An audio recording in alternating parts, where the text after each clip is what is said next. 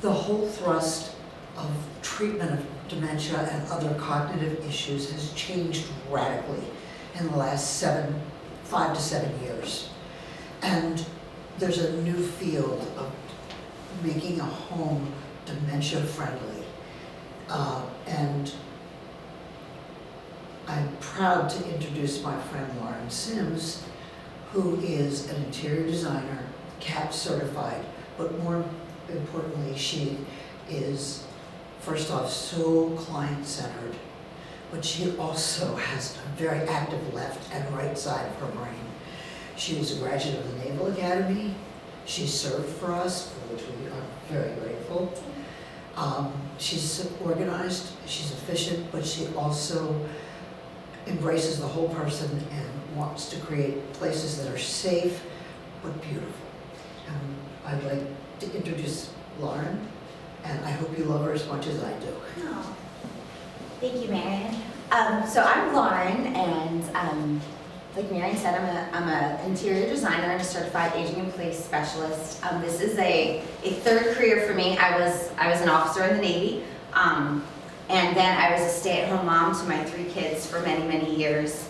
And when my youngest was in preschool, I started to work part-time for a builder, and got really interested in design. I liked the combination of precision and creativity. So my 40th birthday present to myself was I went back to school and got my interior design degree at Anne Arundel Community College and started my own business. While I was in school, my dad was diagnosed with ALS. And my goal, knowing what the disease was like and what he was going to face, my goal was to be able to design a fully wheelchair accessible, ADA compliant bathroom for him. And so I designed it, and we built it using my parents' former laundry room. And from that point on, I became really passionate about the aging in place field because of my parents, and all of my friends' parents are all in their 70s and 80s. My dad has since passed, but everyone desires to stay in their home, and there's a way to do it, but it has to be done safely. And so that's kind of my passion project. It's half of what I do in my business. I do standard interior design, and then I do aging in place. And I think that as a designer, I do a good job of, my motto is safe, functional, beautiful spaces for homeowners at every stage of life. And so part of that is, the stages of life as we get older, different things can happen to us. My dad had ALS. As part of his ALS, he had what's called FTD, which is frontotemporal dementia. So it altered his personality and his executive functioning. So I understand what that was like for him. I understand what that was like for my mom. So I think what's really important is, kind of embracing and working with the changes that come with us as we get older, both for the person who's experiencing those changes, but also for the caregivers. So a lot of what we're going to talk about today is how to make life easier for the person experiencing dementia, but also for their caregivers, so that everyone that's living in the home can have a more calm, peaceful, restful environment.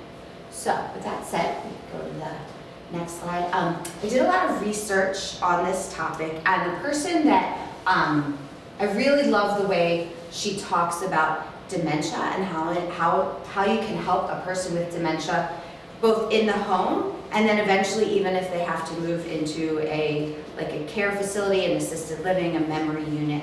There are a lot of things that can be done to make life more positive and more enriching for that person, and then consequently for the rest of their family. So her name is Teepa Snow, and her approach is a positive approach to care. She has an excellent website. She has wonderful videos that you can subscribe to. I watched several of them. But what I really like about her is she talks about people with dementia as being gems, and there's different levels of gems. And it deals with the different levels of brain change, and when the brain changes, what that looks like for that person, and how to best help them as a caregiver, as a family member, as a supporter. But her quote, just like gems, each person is precious, valuable, and unique, and given the right setting and care can shine. And I thought that was really beautiful. So a lot of what I talk about today, even though they're design principles, it's still kind of following along with her mindset of this positive care to approach. And at the end of the day, the goal is to create a safe, accessible, and usable environment so that the home feels friendly, familiar, functional, and forgiving for all members of the household. Because that's important. It's important for the person living with dementia, but it's also important for the other people in the household so that home still feels like home for everybody. Unfortunately, with the exception of Teepa Snow, there is very little information on this topic available in the United States. And in all the research that I did, with the exception of some commercial design that's used for like assisted living, and I do have links listed at the end, almost everything I found was from the UK or Australia. Even on the Alzheimer's Association website, there is next to nothing on this topic. So we as a nation are very far behind, and so I think it's great that you all are hosting this event today, because we really need to get this information out there, more readily accessible to the community, so people know about these really simple but valuable tools they can use to help make life better for those with dementia and their loved ones. So we are going to go ahead and get started. The topic will be listed across the top, and then I'll go in and give a brief description and then talk about things that can be done to make life better. So lighting is huge.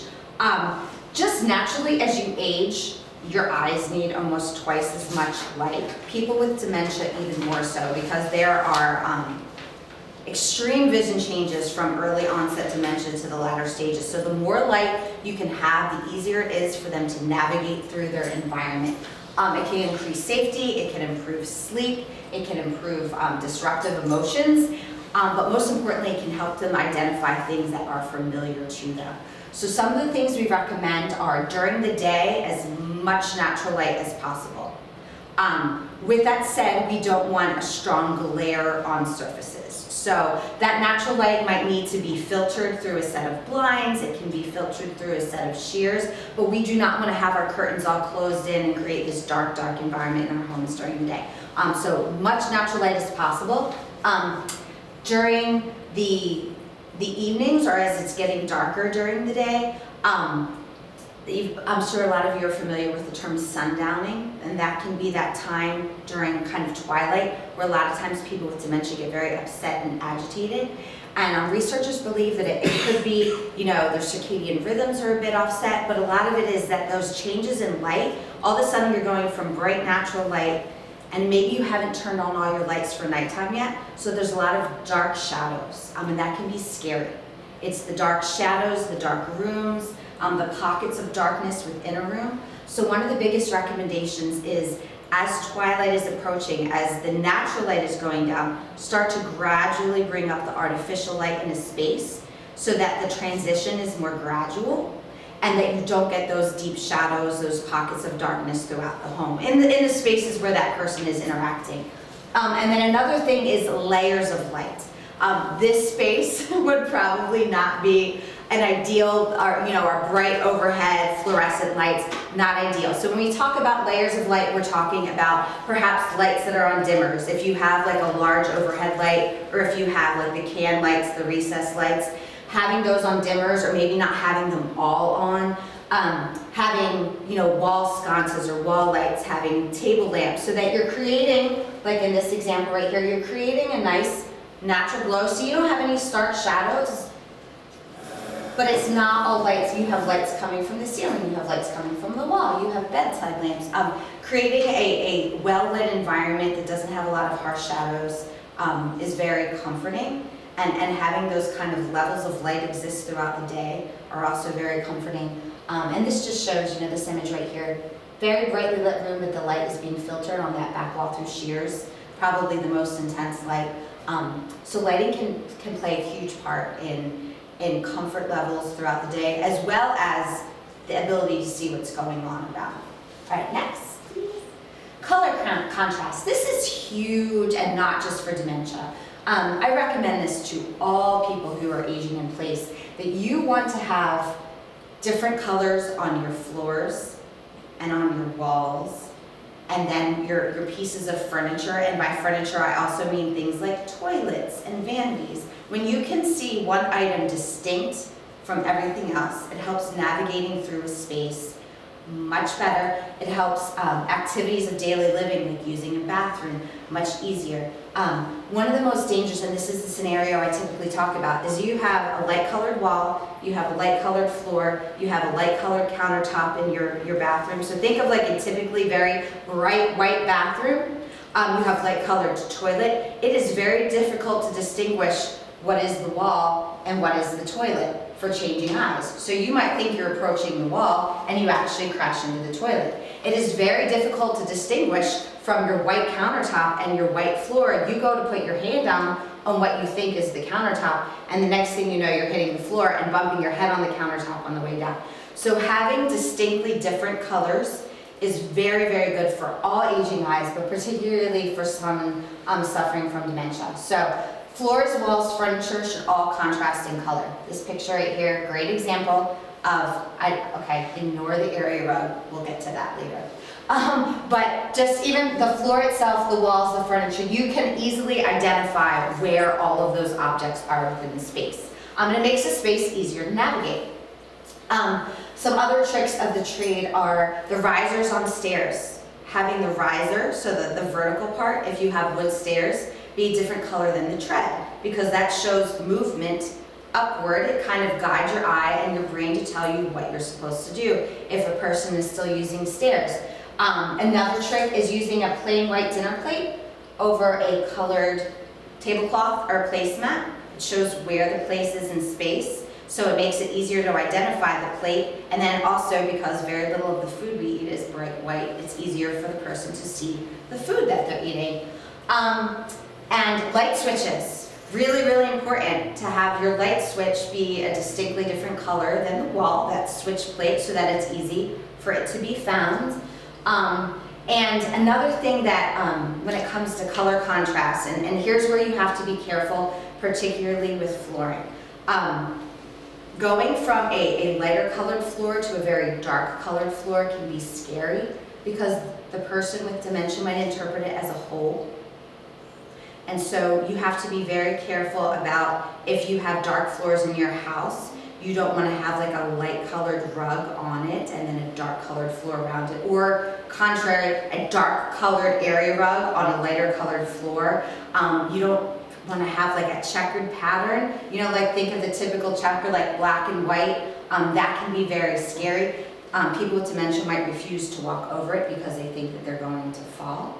So high contrast on walls and between walls and floors is good. High contrast between flooring types is bad, and that's something that you want to avoid. Right, next, please. Color can be used in a lot of other ways as well, and what's great about color is it's relatively inexpensive. A can of paint, a piece of furniture, in the grand scheme of things, that can make life better. It is a relatively inexpensive purchase. So color can help with the energy of the room. Now, I am not advocating go out and paint your room, paint your entire home a different color. But if a person is struggling with eating, a color like red can help stimulate appetite, or maybe even like a red tablecloth. That can help stimulate appetite. Blue and green are soothing, so sometimes like a good color for a bedroom. Yellow can be bright and cheerful, so it can help people keep a little bit more awake and alert during the day for a room that they spend a lot of time in. For wayfinding, for helping to identify, having bright colors, a bright colored front door, or maybe brightly colored favorite flowers. In the early stages where perhaps a person is still a little bit more independent, to be able to recognize this is my home, this is where I live because I have a red front door, or I have the bright pink, roses out front of my house. A really relatively simple tool that can help maintain independence for longer. Color can also, and I found this one fascinating, it can be used for visual barriers to camouflage and hide doors and doorknobs. So think about, and I'm not saying on an exit of a home, we want exits to be visible to everybody, but say a loved one is, kind of getting into a little bit of mischief during the day. Maybe they're going into the garage or trying to go down to the basement, or in rooms where you don't want them to be, and you don't necessarily want to lock those doors. You kind of just don't want them going to them. You can paint the door the same color as the wall. You can paint the doorknob the same color as the door. Because of their changing eyes, they're then not seeing that door as readily. They're not seeing that doorknob as readily. So that can be a very effective technique. Another technique that is used a lot in assisted livings and memory units where they have doors for staff that they don't want residents to go through is that this is a door behind this. That is a vinyl cling that looks like a bookshelf. So they put those up on doors where they don't want the residents to go, and the residents don't see it as a door anymore. It looks like a bookshelf. So that could be a very effective, inexpensive tool to use in the home where you're kind of camouflaging doors to areas where you don't want that person to go because it's not maybe safe anymore, or they might get into a little bit of mischief. So I loved that tool. And color can also be used to enhance pathfinding and navigation within a home. As a cue, as a tool, so not as a prevention, I don't want you going there, but maybe their favorite color is blue, so all of the rooms where your loved one spends the day, maybe the kitchen, the bathroom, their bedroom, is saying like, okay, we're gonna make all those areas the same or similar color so they know those are their safe, comfortable spaces to be. So color can be an incredibly effective and relatively inexpensive tool to use in a home. Next. Patterns. So patterns, this is almost like things we don't want to do slide. Dementia causes changes in perception, so dark squiggly lines can look like snakes. And it can be very upsetting. Little circles, little dots can be seen as insects. So maybe not scary, but you might find someone trying to pick the little circles and dots because to them that's what it looks like. So we really want to avoid squiggly lines, circles, ovals, things like small repeating patterns, not ones that are so small that they just kind of fade into the background, but things that are big enough to actually look like they could be a bug, a snake, things like that. So instead of having, and I'm thinking like very kind of bold, big, think of kind of like some of your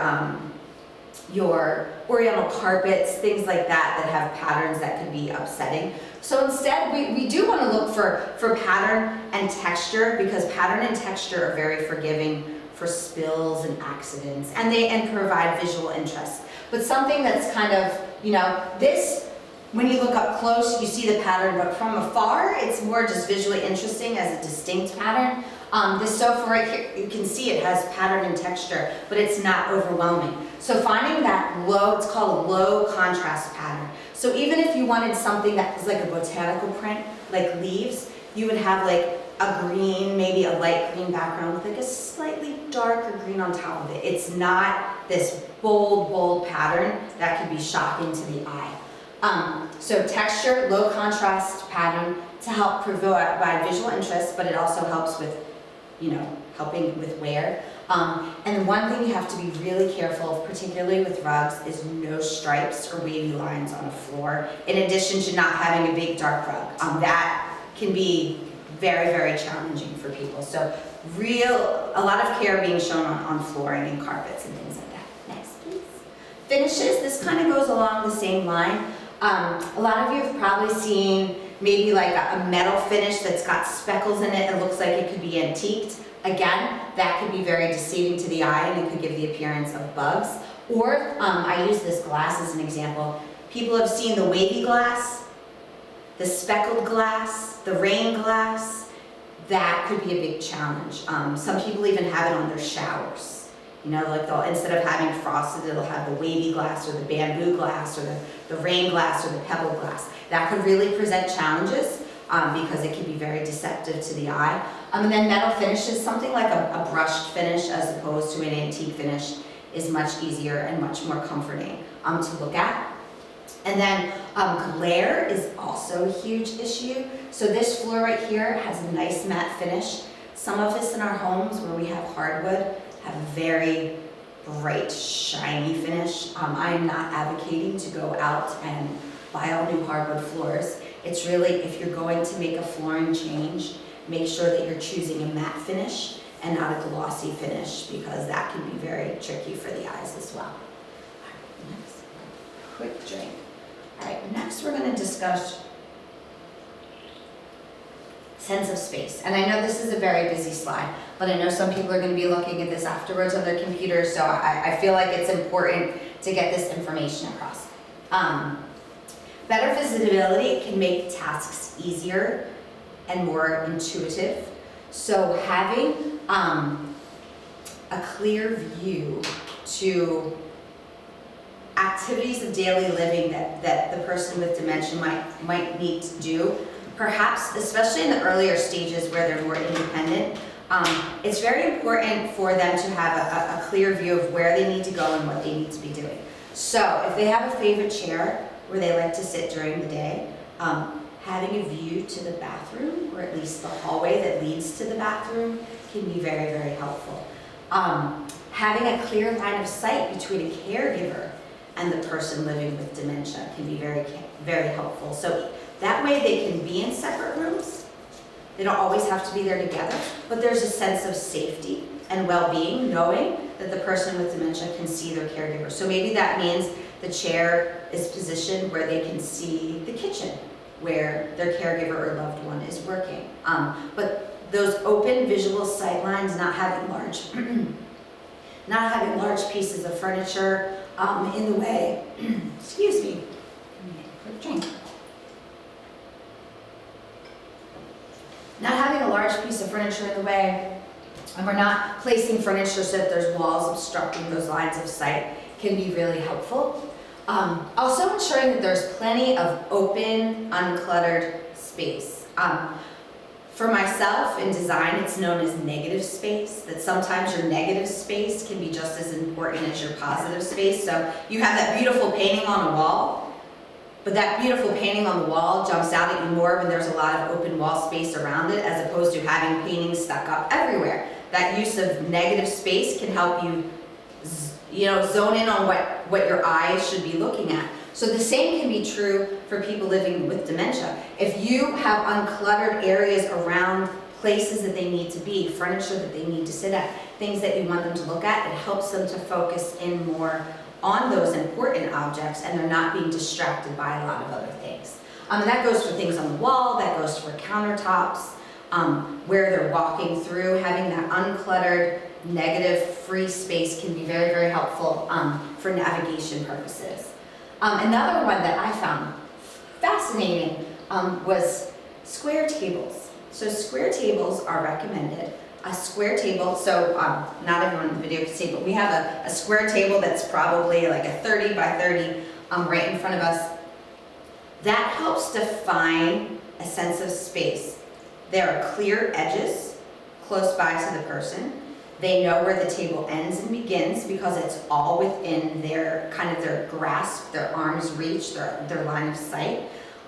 It also, and ones that are small enough that only one person can sit per side, because the person living with dementia knows that this is my spot, this is my area. I can easily see, even if there's 4 people seated at the table, they can see everyone else that's sitting at the table. And it helps it make the person living with dementia more comfortable, knowing that they have their spot. Everything is kind of within arm's reach, within eye's view, and it's easier for them to interact because they can look at everyone else at the table, as opposed to looking at the end of a long rectangular table or sitting at an oval table where it's very, well, where is my spot? This table's curving. Where am I supposed to be? Where is it going? My seat feels different today than it was yesterday because maybe it's slightly moved down the curve a little bit to the left or to the right. So the square table was really recommended, and I saw pictures from assisted living and memory care communities, and you will frequently see a 4-person square table. So that can be an easy change. You could even, I'm not saying you have to go out and buy a new kitchen set. You could go and buy a card table with a nice table cover on it, and there you go. You have your square table. So I loved that bit of information. Next, please. Mirrors. So loved ones with dementia may lose their ability to recognize themselves in a mirror, which can become problematic. And this is not in the early stages. This is in the latter stages of the disease. But it can cause agitation because they think it's the phenomenon of the stranger in the mirror. They might think that there is a stranger in their home looking back at them. So it becomes tricky in places like bathrooms where the caregivers, the loved ones also have to use the mirror. So that one can be a little bit challenging, and research shows that even though there's this stranger in the mirror phenomenon, it could be just as jarring when you are used to going to wash your hands or brush your teeth or shave or wash your face. You're used to seeing a mirror there. It can be very jarring for there suddenly to not be a mirror there. So a lot of these options I'm giving you are not necessarily recommended for bathrooms. That's kind of a tricky place, but think of decorative mirrors throughout the home. Maybe you have a full-length mirror in your bedroom, you have some decorative mirrors in other spaces. Some options, one is to remove them, bless you. But again, we have multiple people living in a home, and we have to make, the home happy for everyone. We have maybe mirrors that are meaningful to us, that have been there for a long time, so maybe not remove them, but cover them with a towel or a blanket, especially if they're in places where the person with dementia, living with dementia, spends a lot of time. Another option, which I thought was lovely, was to use a decorative window. That's just a sticky film you can put over them. So you still, if it has maybe a mirror with a really beautiful frame, you don't have to take it down, but if you put a little decorative film or some frosting on it, you no longer see the reflection, but you can still enjoy it more as like a piece of art as opposed to an actual mirror. So along those lines, in your home at night when it's really dark outside and you have your lights on, and if your windows are clean, which mine typically are not that clean, you can get a really bright reflection off of them. That can be just as problematic because the windows are then acting as a mirror.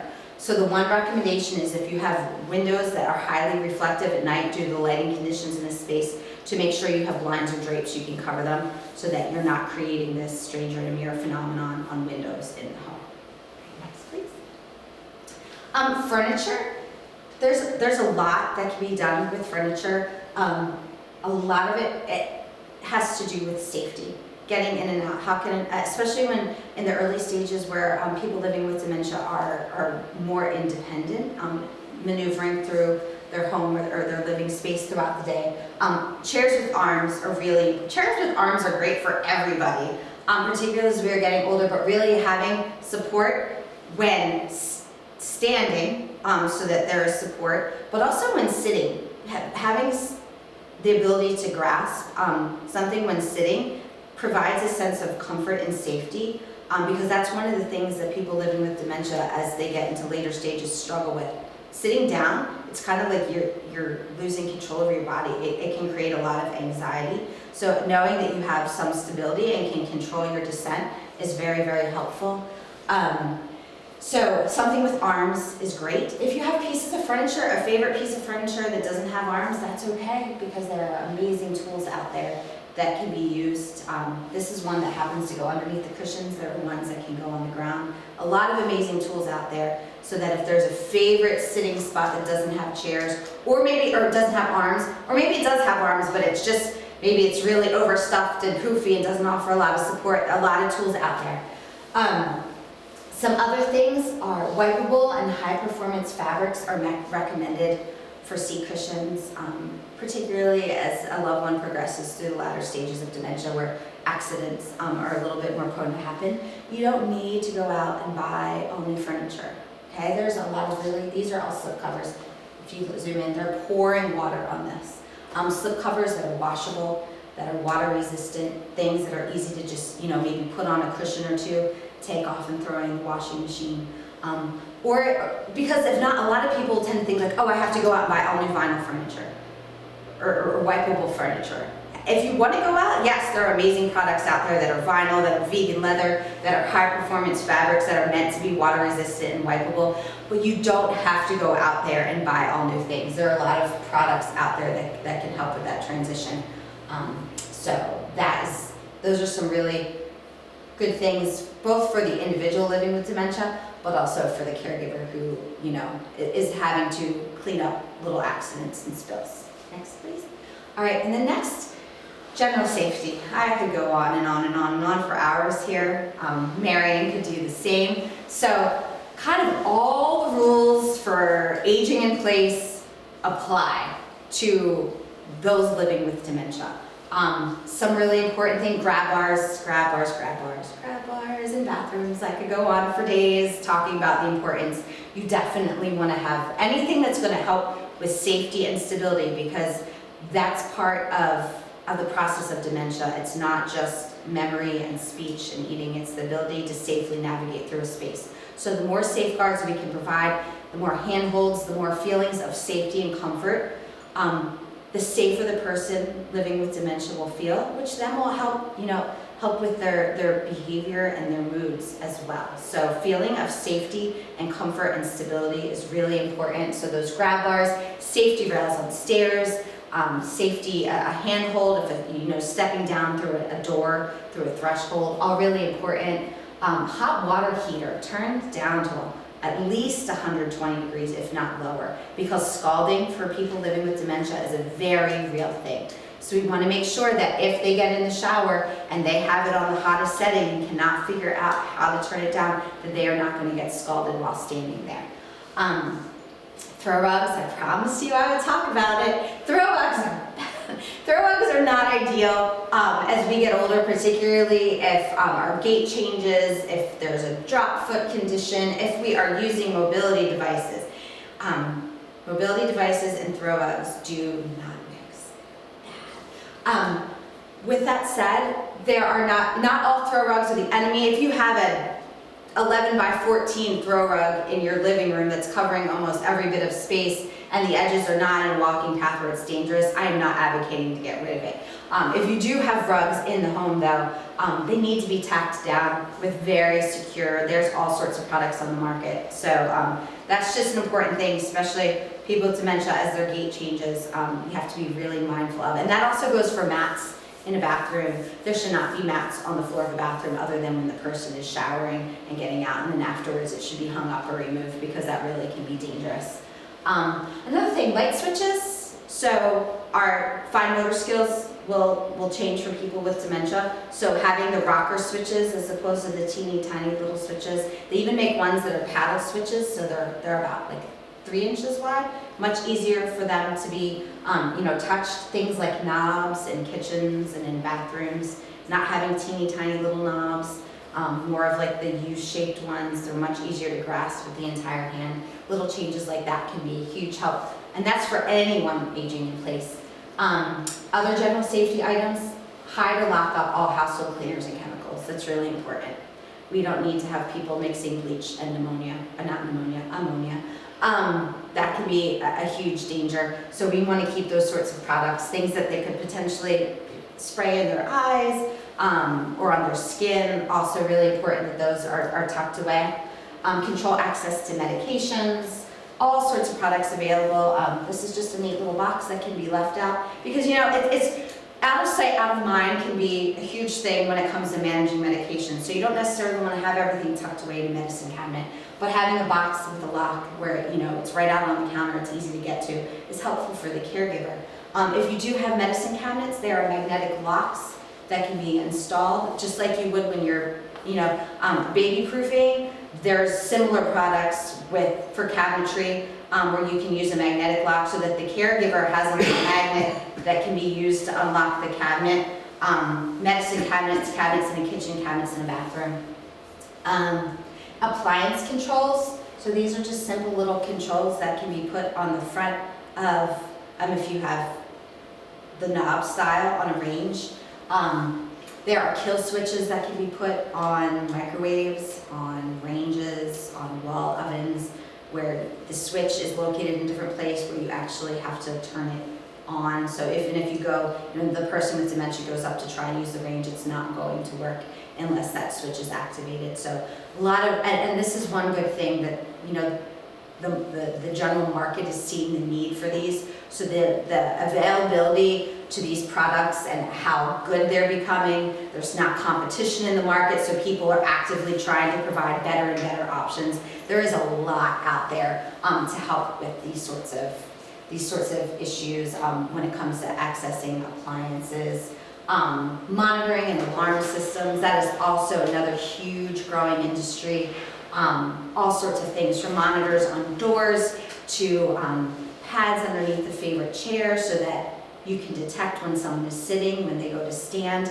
These sorts of devices are particularly useful for one, if a person living with dementia is living on their own, they're in the early stages, they're living in a house on their own, and their family members want to have an idea of how they're navigating through the home on a daily basis. They want to be notified if they do leave the home.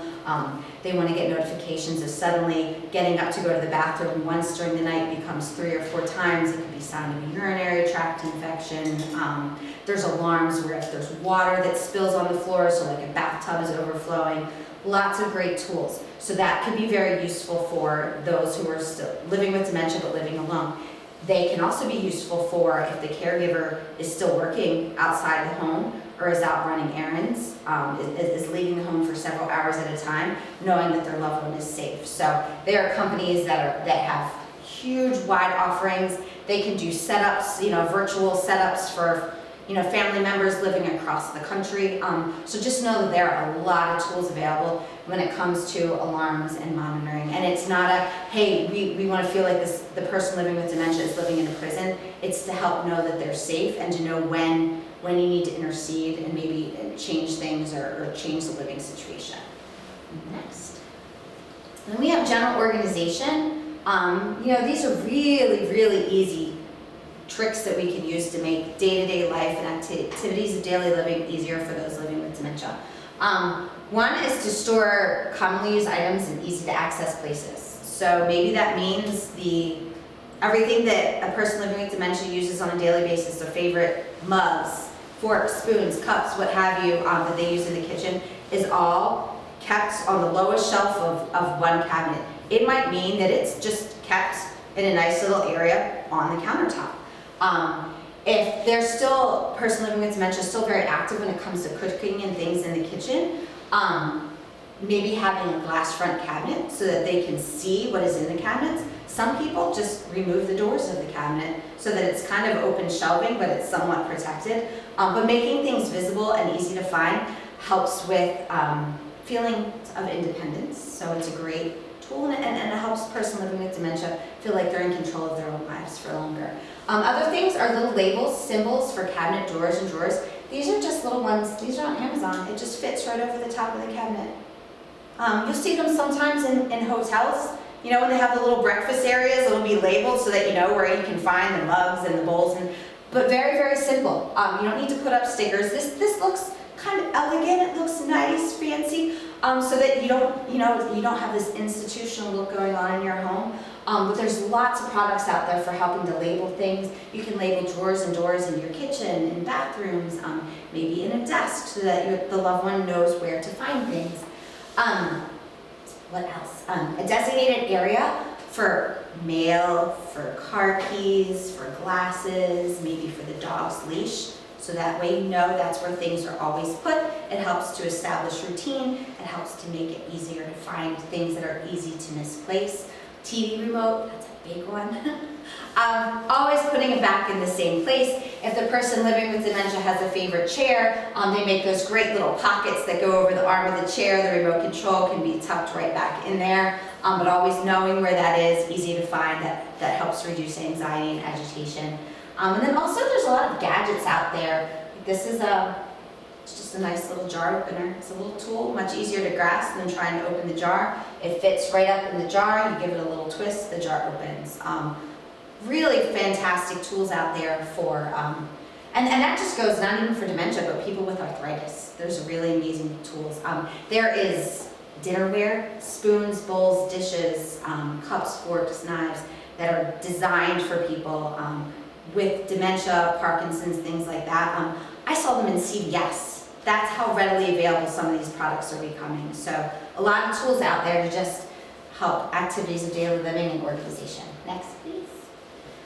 And then I love this slide because, when we go back to what I talked about in the beginning where Teepa Snow talks about gems, we want people living with dementia to feel like themselves and to feel like they are loved and appreciated as a human being, not just as a person living with dementia. We want to provide opportunities for them to be a person, not a patient, right? So there are some things that can be done to help along with that. And the first is incorporating meaningful items into decor. It could be memorabilia, framed photographs, cherished items, souvenirs from vacations, a favorite blanket. It can be items from childhood. It's interesting that in a lot of memory care units and assisted living facilities, they will put a memory box outside the resident's door. And typically those objects will have a picture of their younger self or several pictures of their younger self and objects from as far back as childhood, because a lot of times a person living with dementia is living back in a previous time. So incorporating those objects, photographs into decor can help bring back memories, happy memories, create feelings of comfort and belonging and well-being. Decorative items, I am not saying get rid of all the decorative items in your home, but at certain stages of dementia, the person living with dementia likes to manipulate things with their hands a lot, kind of inquisitive, explore.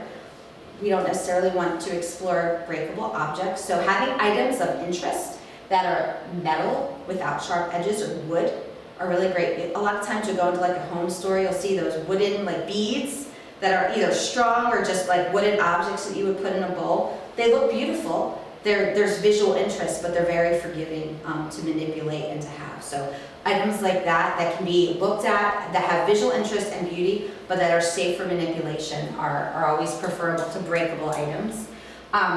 Incorporating comforting sounds and smells, so music, particularly music from earlier in the person with dementia's life. The golden oldies are great to have on, but also things like nature sounds that can be very comforting. Comforting smells, whether it be a candle with a certain smell, one of those like essential oil diffusers, just the smell of baking cookies or a favorite meal can bring back a sense of nostalgia. Maybe the person living with dementia can't identify what it is, but they know it makes them feel happy and safe. So incorporating items from our five senses, even textures, things like blankets and pillows, throws, a stuffed animal, can create feelings of safety and love and comfort. I love this one. I read an article recently about a lady who was living in a memory care facility, and she had been a teacher, and one of the caregivers knew that and started bringing in papers for her to grade every day.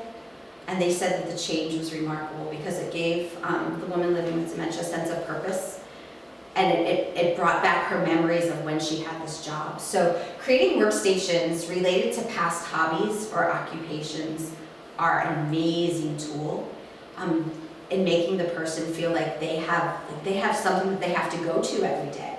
They have something that they need to do, something that's meaningful. So there's two of the links on that I provide, or actually one of them in particular, talks a lot about this, and it gives ideas for different types of stations that can be set up. So something as simple as a desk with maybe like that old school rotary telephone is fun. They can be found out there. They have them on eBay. A typewriter, but even just notebooks, like a date stamper, Post-it notes, things like that. I saw some really great ones. I loved this one. My husband's a fisherman, as was my grandfather, my husband's grandfather's. A tackle box, don't have the hooks, but just with bobbers, with maybe different types of lures to be sorted. That's a great sorting activity, great for using hands manipulation, maybe a fishing net, some fishing magazines, but just something that brings back happy memories, a feeling of safety and nostalgia, but also an activity, something to do. And then another one, and I know this one has been controversial. Some families think that it's infantilizing a person living with dementia to give them a doll, but it's actually been proven to, in memory care units, they have like baby stations where they have changing tables and bassinets and baby dolls and clothes. Think about it, over half of our population is women, and a lot of those women living with dementia were mothers one day. So to be able to bring them back to a happy time of life where they feel like they are doing something productive and meaningful and caring for another human being, it's okay that they can think it's another human being. I think it's beautiful, and it's been shown that it can be incredibly effective. There are also dogs and cats. And so this is a very lifelike looking doll. They have very lifelike cats and dogs that they are, I think some of them are even chargeable, but they're not running around at home, but they have slight movement, they purr, they are weighted that a dog or a cat would be. Those have been shown, research is showing that is incredibly effective, even if it's just, you know, a lap, think of like your typical lap cat, right? You have your lap cat, it's purring, you're petting it, creates a sense of comfort, and like the person living with dementia as a companion, and can make them feel like they are caring for another living being, which can give a great sense of pride and like they're contributing to, you know, the home, the family, the facility, maybe where they're living.